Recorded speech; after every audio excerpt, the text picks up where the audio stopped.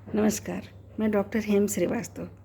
अभी हम बात कर रहे थे कि गर्मी से उतने सारे ग्लेशियर पिघल सकते हैं। ऐसे ग्लेशियर का स्वभाव है गर्मी में पिघलना। धीरे धीरे एक प्रकृति की अनुकूलता के तहत वे धीरे धीरे धीरे धीरे पिघलते हैं और इस पिघलन की मनुष्य को हजारों लाखों बरस से आदत है, पशुओं को आदत है, जंगलों को आदत है, मिट्टी को आदत है, हवा को आदत है और पानी को भी आदत है। इस तरह से धीरे धीरे धीरे धीरे पिघलते जाने का। तो ये ग्लेशियर जब पिघलते हैं, जब पिघलेंगे तो सामान्य ढंग से पिघलेंगे तो कोई दिक्कत नहीं है, कोई मुश्किल नहीं है उसमें। लेकिन अगर ग्लोबल वार्मिंग के कारण बहुत ज़्यादा गर्मी होने के कारण, अतिशय गर्मी होने के कारण अगर ये पिघलते हैं तब क्या होगा? अगर ये पिघलते हैं तब फिर उतने बर्फ़ का पानी धड़ाम से गिरेगा। धड़ाम से गिरने के साथ क्या होगा?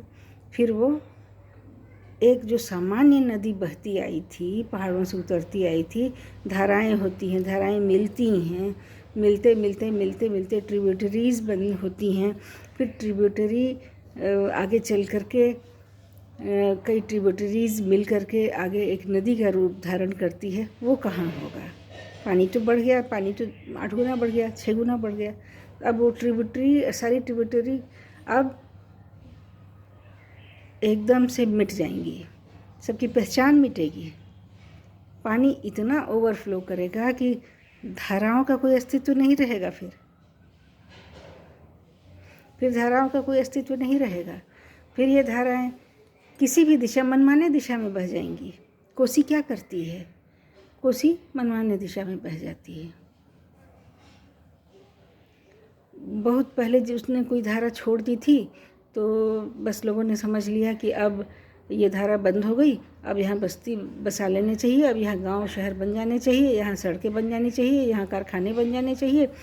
एक समय वो कोसी का रास्ता हुआ करता था और वहाँ पर बस गई बस्तियाँ। अब ये नहीं सोचा कि वर्तमान नदी जिस तरह से बह रही है, जिस तरह से बहती हुई आ रही है, वो तो वर्तमान में उस तरह से बहती हुई तभी तक ना आएगी जबकि पानी की एक निश्चित मात्रा होगी।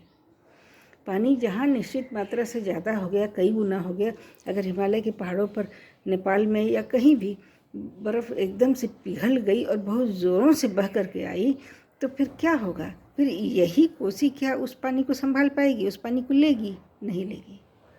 यही कोसी उस पानी को फिर नहीं लेगी। फिर उस स्थिति में क्या करेगी?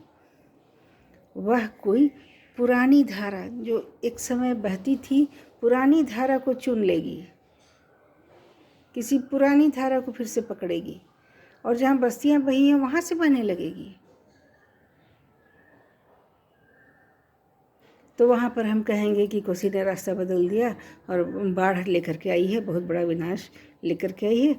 हम उसे देश का शोक कहने लगेंगे। तो इस तरह से सभी नदियों के साथ हो सकता है।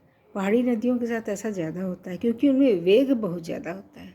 वे ऊपर से गिरती हैं ना, तो उनमें स्पीड बहुत होती है। पहाड़ी नदियों के साथ ऐसा होता है। तो ये ग्लेशियर का अगर मिसमैनेजमेंट होता है तो हमें ये सब देखने को मिलेगा। फिर मिलते हैं अगले वीडियो में।